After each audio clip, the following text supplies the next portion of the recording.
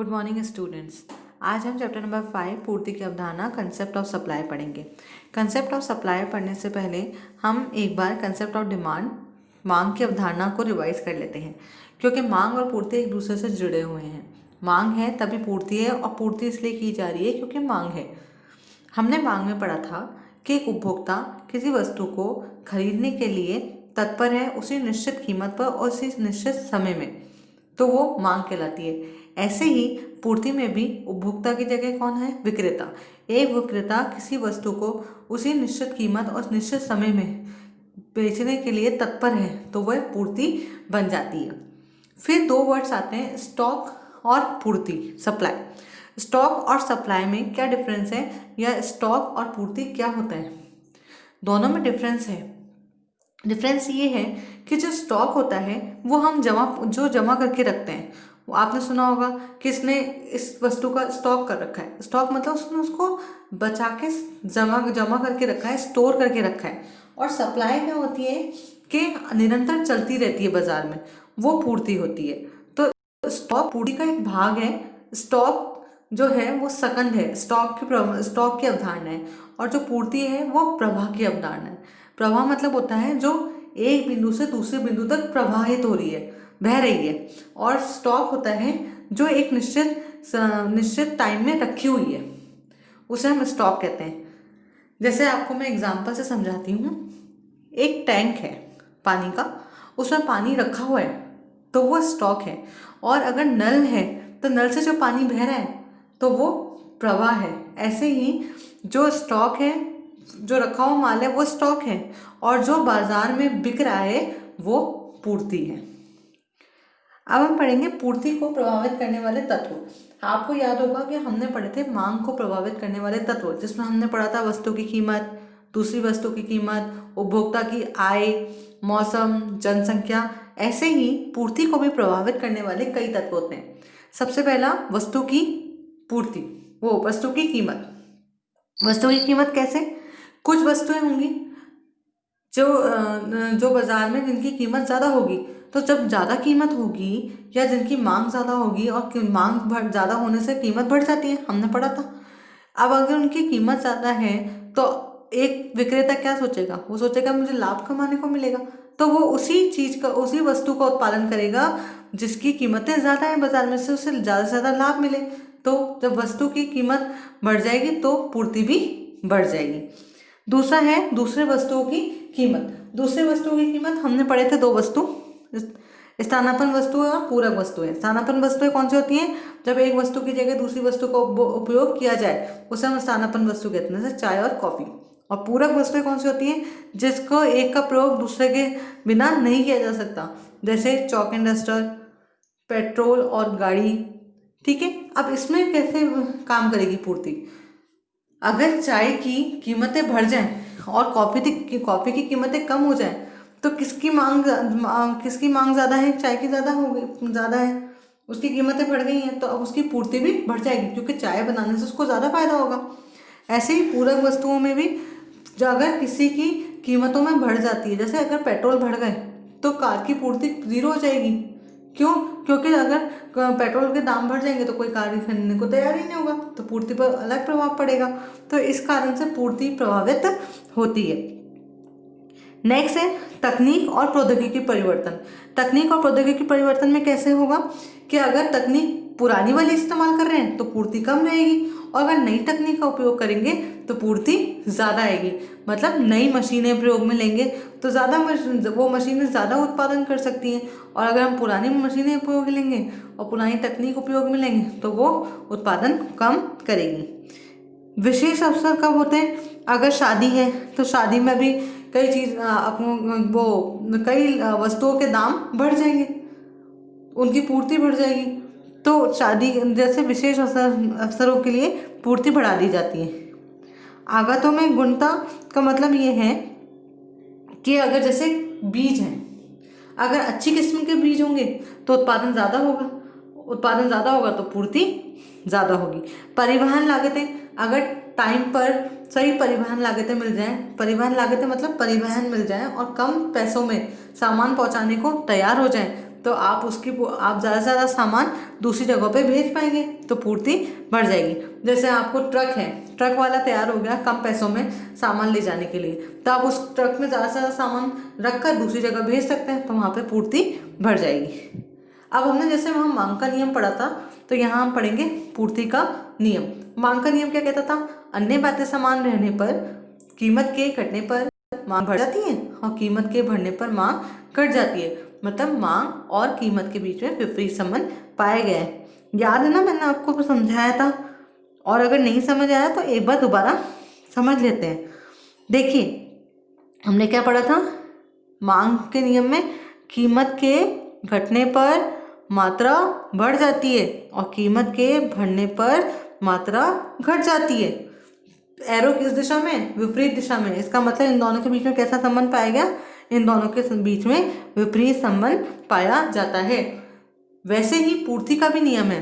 पूर्ति का नियम क्या कहता है कि सभी बातें समान रहने पर, अब सभी बातें यहाँ पे क्या है? कीमत की वस्तु, दूसरी कीमत की वस्तु, दूसरी वस्तुओं की कीमत, तकनीक, ये सब क्या है? ये सब स्थिर रहेंगी और बाकी सिर्फ किस में परिवर्तन होगा? कीमत में परिवर्तन होगा।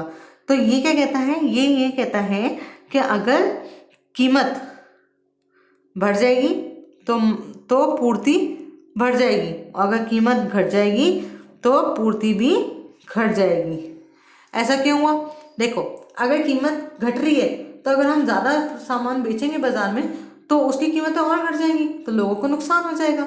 और अगर कीमतें बढ़ रही हैं और अगर हम ज़्यादा पूर्ति करेंगे तो उससे क्या होगा? लोग ज़्यादा पैसों में माल बेच पाएंगे और माल को बेच देंगे तो उनको फ़ायदा हो जाएगा, प्रॉफिट होगा। तो इसलिए पूर्ति का नियम क्या कहता है? अन्य बातें समान रहने पर कीमत के बढ़ने पर पूर्ति बढ़ जाएगी और कीमत के घटने पर पूर्ति घट जाएगी। इसके बाद ऐसा क्यों होता है? हमने पढ़ा था मांग वक्र नीचे की तरफ क्यों झुकता हुआ होता है, तो हमने उसे पढ़ा था कि हास्यमान का नियम लागू होता है, प्रतिस्थापन प्रभाव होता है, आय प्रभाव होता है और नए उपभोक्ता जुड़ते हैं। कई कारण पड़े थे। अब पूर्ति में ऐसा क्यों होता है? पहला क्या? ऊंची कीमतों पर अधिक लाभ होगा इसलिए बेचते हैं।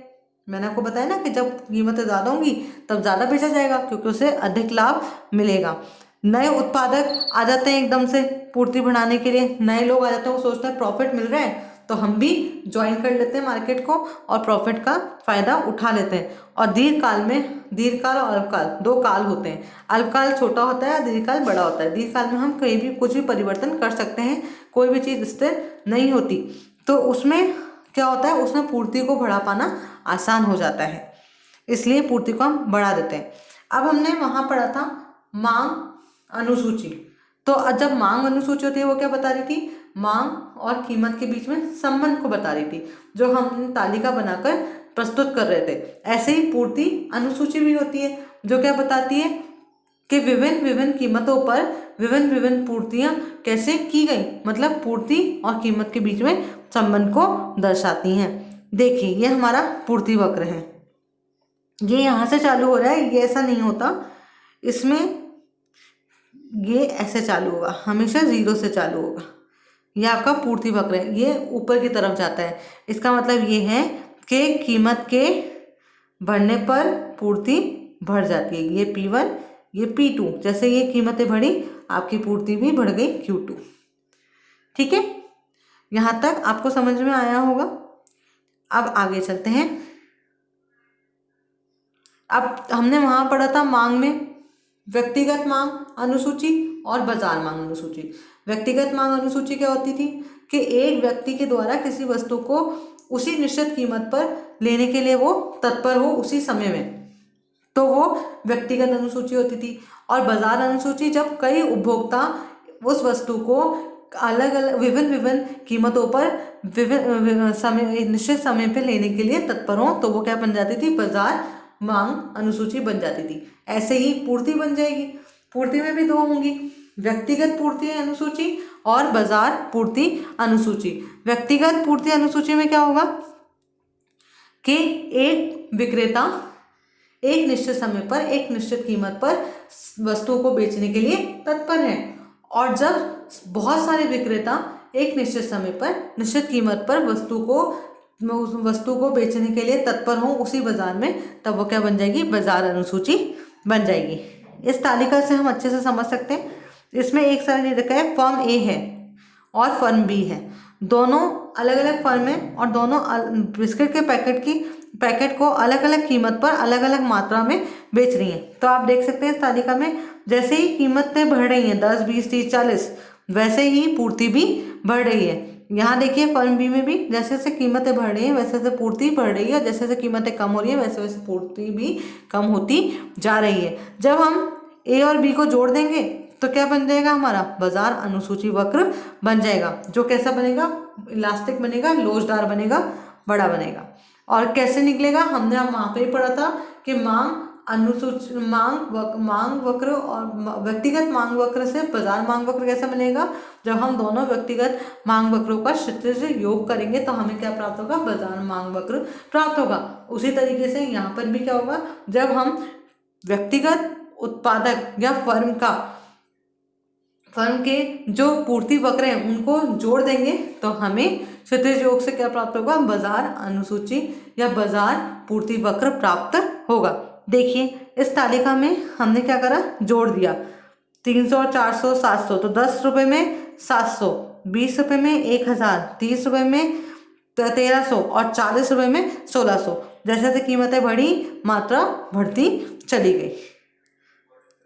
ये मार्केट सप्लाई कर्व है। अब अभी हम यहीं समाप्त करते हैं। कल हम पढ़ेंगे पूर्ति मात्रा में परिवर्तन और पूर्ति में परिवर्तन, जैसे हमने मांग में पढ़ा था। आई होप आपको समझ में आया होगा। अगर कोई दिक्कत आए तो कमेंट बॉक्स में आप अपनी दिक्कत को लिखकर भेज सकते हैं। इस वीडियो को ज़्यादा से ज़्यादा बच्चों तक पहुँचाइए जिससे उनकी इकोनॉमिक्स और अच्छी हो सके। आई होप कि आपको अच्छा लग रहा होगा। आप इसे लाइक करें, शेयर करें और सब्सक्राइब करें, क्योंकि आपका एक लाइक, एक शेयर और सब्सक्राइब मेरे मोटिवेशन को बढ़ाएगा, मेरे कॉन्फिडेंस को और मजबूत करेगा। तो प्लीज़ ये करते रहिए और ऐसे ही मेरे साथ पढ़ते रहिए। आपके बोर्ड एग्ज़ाम में अच्छे नंबर आएंगे। नमस्कार।